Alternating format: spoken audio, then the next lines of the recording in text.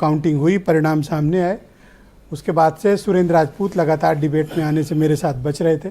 Finally आज वो पकड़ में आए हैं और मैंने उनको स्टूडियो में बिठा रखा है ताकि उनसे कड़ी पूछताछ की जाए कि वो जो दावे कर रहे थे वो दावे औंधे मुंह क्यों गिरे। एक तो इस पर विषय बात करेंगे, लेकिन इन 3 राज्यों में मुख्यमंत्री अब तक घोषित नहीं हो पा रहे हैं। क्या सस्पेंस है सुरेंद्र राजपूत जी, और आपको क्या लगता है क्या परेशानी है? क्या कोई नेतृत्व में बड़ा परिवर्तन कर रही है बीजेपी? देखिए, भाजपा का निजी मामला है और भाजपा का और उनके समर्थक मीडिया का निजी मामला है। यहीं पर ये बात अगर हम लोग 3 राज्य जीते होते और हमने अभी 3 दिन की डिले कर दी होती तो भारतीय जनता पार्टी के सम्मानित प्रवक्ता और उनके साथी मीडिया के, मैं आपको नहीं कह रहा हूं, मैं पहले बता दूं, उनके साथी मीडिया के सम्मानित सारे के सारे जो पत्रकारगण प्रवक्ता के रूप में हैं, उन्होंने आज इस समय बिल्कुल हंगामा मचा दिया होता कि इनके यहाँ ये है, इनके यहाँ वो है, उनके यहाँ बाड़ाबंदी हो गई, ये हो गया है, वो हो गया है। और आज की डेट में भारतीय जनता पार्टी चूँकि अपने नाम नहीं तय कर पा रही है तो उनके यहाँ एक रूपता है, समरूपता है, दिल्ली से आएगा, गारंटी है, ये है, वो है, सारी चीज़ें इनके यहाँ पर, मतलब इनके यहाँ पे बिल्कुल राम राज्य है, समरसता है, सामाजिक भी, आर्थिक भी, वैश्विक भी, सारी समरसताएं। अब ये जलन छोड़ो सर, मुद्दे पे आओ। नहीं, जलन हम नहीं, हमारा जलन नहीं। देखिए, चुनाव हम लड़े, जीतने के लिए लड़े, चुनाव हम हार गए। आज की डेट में मध्य प्रदेश में हमें बड़ी उम्मीद थी, हम चुनाव हार गए, कोई वो नहीं आप। लेकिन अब मध्य प्रदेश में प्रमुख विपक्षी दल होने के नाते जितना वोट हमें मिला है, उस वोट की जिम्मेवारी, मध्य प्रदेश की जिम्मेवारी के नाते निश्चित तौर पर हम चाहते हैं कि भारतीय जनता पार्टी ने जो वहाँ पर गारंटियाँ दी हैं, भारतीय जनता पार्टी ने जो वहाँ पर कहा है, वो सारा का सारा भारतीय जनता पार्टी जब तक फंक्शनल रूप से नहीं सरकार में आएगी, सत्ता में आएगी, तब तक कैसे वो उस चीज़ को पूरा कर पाएगी। सर, कौन है इस हार का जिम्मेदार आपकी पार्टी में? देखिए, हमारे पार्टी में तो हम लोग सभी लोग एक साथ हारे हैं, हम भी हारे हैं, हम भी जिम्मेवार हैं, क्यों नहीं हैं भाई। सच बात ये कि 1.5 महीने लगातार मैं ग्वालियर में था और भोपाल में था, तो हमें तो वहाँ पर पूरी जीत दिखाई दे रही थी, हमें तो कहीं कोई दिक्कत ही नहीं लग रही थी, हम तो एक अच्छी बड़ी जीत की। हालांकि ग्वालियर में हम फिर से एक बहुत अच्छी और जगहों के मुकाबले हम अच्छी समर्थन लेकर के आए, अच्छी जीत लेकर के आए हैं, लेकिन वो जीत हमारे लिए बेमानी है चूँकि हम पूरा प्रदेश हार गए। हमें तो बिल्कुल उम्मीद नहीं थी, यहाँ तक कि हमारे साथी पत्रकारों को या कमलनाथ का कसूर है या फिर दिल्ली का? नहीं, बिल्कुल नहीं, ना कमलनाथ जी का कसूर है, ना दिल्ली का कोई कसूर है। जनता जिसको चाहेगी उसको वोट देगी।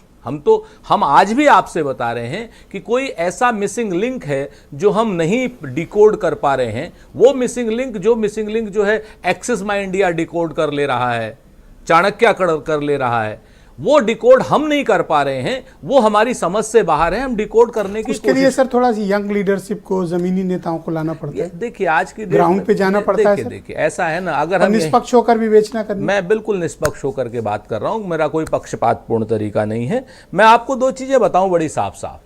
क्या राहुल गांधी जी की या प्रियंका गांधी जी की लीडरशिप यंग नहीं है? जीतू पटवारी हमारे यहाँ यंग नहीं है, राज्य का नाम जयवर्धन हमारे यहाँ यंग नहीं है, अरुण हमारे यहाँ यंग नहीं। हमारे यहाँ यंग लीडर्स की बहुत बड़ी लीडरशिप है सर। ये उनकी भी हार है सर? किनकी? जिनका नाम आप ले रहे हैं।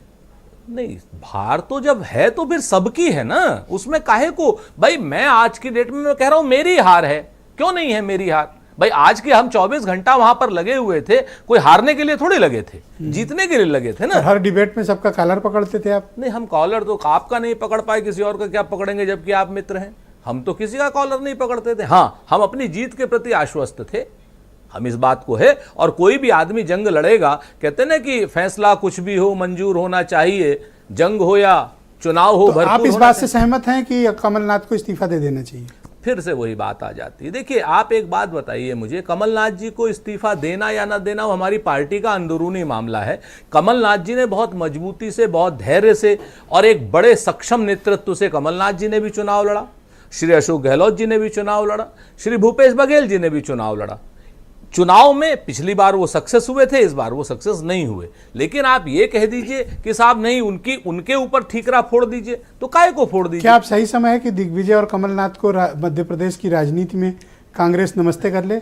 ये आप लोगों की निर्मम मीमांसा है और इस मीमांसा से मैं कतई सहमत नहीं होता। हम लोग भारतीय जनता पार्टी नहीं है, कि जो हम जहाँ पर भी हम किसी को मार्गदर्शक मंडल में भेजने की बात करें कि नहीं साहब हम तो सामाजिक समरसता की, हम नई लीडरशिप लाना चाहते हैं। हमारे यहाँ अतीत की नींव पर भविष्य का निर्माण होता है। सर मयंक जी मुझे एक डिबेट में बता रहे थे कि छत्तीसगढ़ में जी कांग्रेस का मतलब भूपेश बघेल और भूपेश बघेल का मतलब कांग्रेस। जी, ये उन मयंक जी का अपना वो निजी मत हो सकता है। भूपेश बघेल जी हमारे संगठन के भी प्रभारी थे, अध्यक्ष थे वहाँ पर, और उन्होंने चाहे ताम्रध्वज स्वाहू साहब हों, चाहे बड़े बाबा साहब हों, क्या नाम के सिंहदेव साहब जो हों, तो ये इन सब लोगों ने हमारी क्या नाम टी.एस. सिंहदेव साहब, तो हमारे बड़े बाबा, सभी लोग हमारे कांग्रेस के एक बहुत मजबूत वो थे। पहले महेंद्र कर्मा जी थे, क्या नाम चरण शुक्ला जी थे। ऐसा नहीं है ये भूपेश बघेल की वजह से हारे आप लोग या कांग्रेस की नीतियों को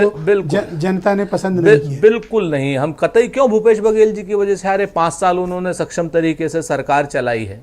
आप इस चीज को देखिए कि उनकी सरकार में बेरोजगारी की दर मिनिमम थी, उनकी सरकार में धान जो है 2,500 रुपए क्विंटल खरीदा गया। आज की डेट में उसकी मीमांसा जरूर होनी चाहिए। जन स्वीकार्यता नहीं हुई, ये आपका कहना है। आप एक बात बताइए ब्रजेश भाई, आपको इस बात को नहीं कहना चाहिए। I am sorry to use this language. Result sir देखो। हाँ, खाली अगर आप रिजल्ट से आप ये बताइए कि आज की डेट में हमारी पार्टी वहां पर 40% से ऊपर वोट पाई है। हम जीत के लायक वोट नहीं पा पाए, इस बात से हम सहमत हैं, चुनाव हार गए।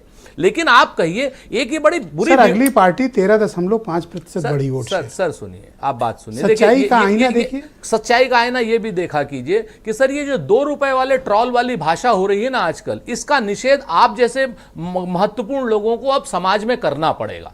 जैसे लोग कहते हैं, मैं अपनी भी बात कहता हूं, हमारी तरफ की, अब कहते हैं साहब कि साउथ से भारतीय जनता पार्टी खत्म हो गई। अरे अजीब बात है, कर्नाटक में प्रिंसिपल अपोजिशन है, वहां पर तेलंगाना में 8 सीट पाई है, अच्छे खासे। उस पे जाते ही नहीं। सुनिए ना, सुनिए, और इसी तरीके से हिंदी हार्टलैंड छोड़ते हैं सर, इस पे आते हैं। सुनिए ना सर, हिंदी हार्टलैंड से कांग्रेस खत्म हो गई। ऐसे गधे के बच्चे हैं, कहते हैं कि साहब हिंदी हार्टलैंड से कांग्रेस। ऐसी भाषा इस्तेमाल नहीं सर, गलत बात है ना। हमें आप भी वही भाषा इस्तेमाल कर रहे हैं जो ट्रोल, और फिर आप कहते हैं ट्रोल उन्मूलन अभियान। गधे का बच्चा हम वापस ले लेते हैं। हम कहते हैं ऐसे मूल्यवान लोग, उत्तेजित ना हो, हम लोग आराम से बात करते हैं। ऐसे क्या भूपेश बघेल पूरी कांग्रेस को लेकर छत्तीसगढ़ में जो कहते हैं कि साहब हिंदी हार्टलैंड से सवाल ले खत्म हो गई?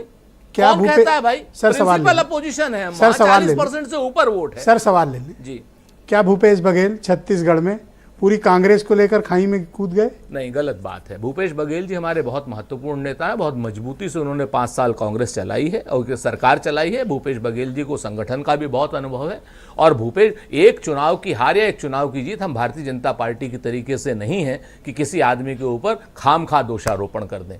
ये हमारी आज मीटिंग हुई थी, कल मीटिंग हुई थी यहाँ पे दिल्ली में, और हम लोगों ने हार के क्या कारण है उसकी चर्चा हुई, उसकी एक कमेटी है, और उसमें हम सब लोग आप हारे हैं, हताश और निराश लग रहे हैं? सर देखिए, निराशा तो होती है, इसको तो हम स्वीकार करेंगे, लेकिन हताशा नहीं है हमें। हम दोबारा से पुनः उठ करके खड़े होंगे। और आप चाहते हैं कि नेतृत्व परिवर्तन इन राज्यों में? देखिए, नेतृत्व जो है एक निरंतरता का एक वो है, निरंतरता की प्रक्रिया है। तो नेतृत्व जो हमारा केंद्रीय नेतृत्व तय करेगा, उसके नेतृत्व में हमें काम करना है। आप इतना आओ के आए तो आपको प्रतीत होता है कि नए नेतृत्व नहीं, बिल्कुल हमारा इस पर कोई टीका टिप्पणी नहीं है। हम तो इतना जानते हैं कमलनाथ जी का भी सक्षम नेतृत्व था, अशोक गहलोत साहब का भी, और भूपेश बघेल जी और दिग्विजय सिंह जी का भी सक्षम नेतृत्व। क्यों नहीं करेंगे? जब जिन लोगों ने मेहनत करी है, आप बताइए, और उन लोगों ने मेहनत करी, आप अननेसेसरी एक हार पे उनको कह दीजिए कि साहब वो क्या नाम कुछ नहीं है। ये तो गलत बात है। उत्तेजित ना हो सर। ना, हम उत्तेजित मैं आपके मित्र ब्रजेश शुक्ला जी